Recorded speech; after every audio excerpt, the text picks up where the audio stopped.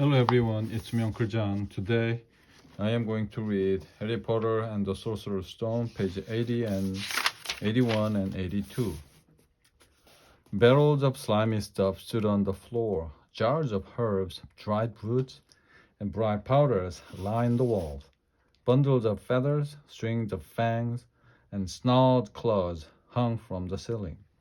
While Hagrid asked the man behind the counter for a supply of some basic potion ingredients for Harry, Harry himself examined the silver unicorn horns at 21 galleons each and minus gold, glittery black beetle eyes, 5 nuts a scoop.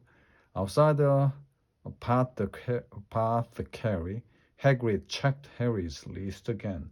Just your wonder left. Oh yeah. And I still haven't got you a birthday present. Harry felt himself go red.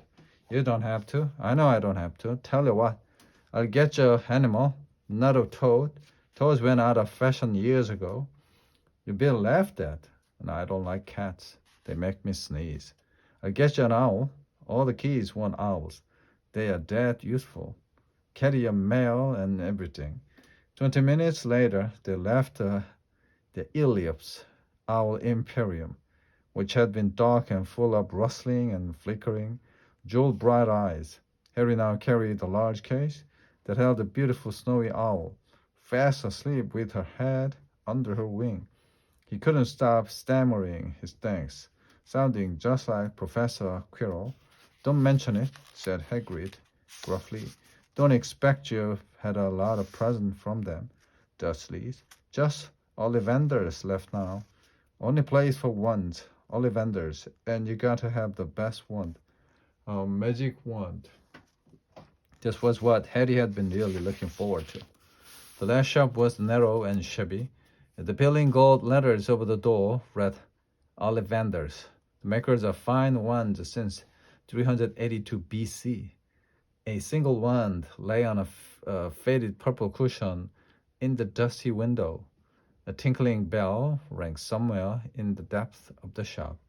As they stepped inside, it was a tiny place, empty except for a single spindly chair that Hagrid sat on to wait. Harry felt strangely as though he had entered a very strict library.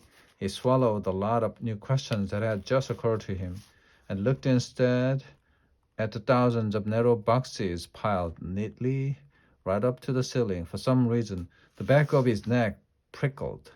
The very dust and silence in here seemed to tingle with some secret magic.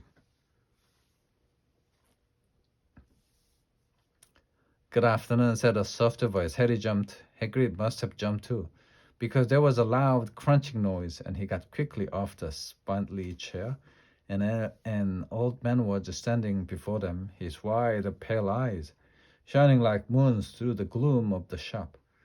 Hello, said Harry awkwardly. Ah, yes, said the man. Yes, I thought I'd be seeing you soon, Harry Potter. It wasn't a question. You have your mother's eyes. Seems only yesterday she was in here herself, buying her first wand, 10¼ inches long. Swish, made of willow. Nice wand for charm walk. Mr. Ollivander moved closer to Harry. Harry wished he would blink. Those silvery eyes were a bit creepy. Your father, on the other hand, favored the mahogany wand. 11 inches, the pliable, a little more power, and excellent for transfiguration. When I say your father favored it, it's really the wand that chooses the wizard, of course. The end.